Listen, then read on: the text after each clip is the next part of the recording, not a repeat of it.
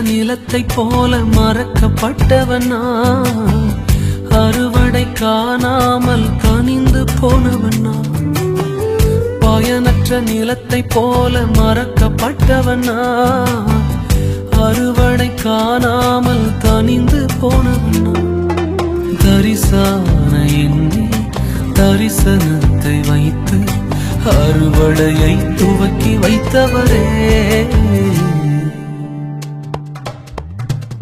உங்க கிருபை என்னை வாழ வைத்ததே, உங்க கிருபை என்னை தூக்கி சுமக்குதே, உங்க கிருபை என்னை வாழ வைத்ததே, உங்க கிருபை என்னை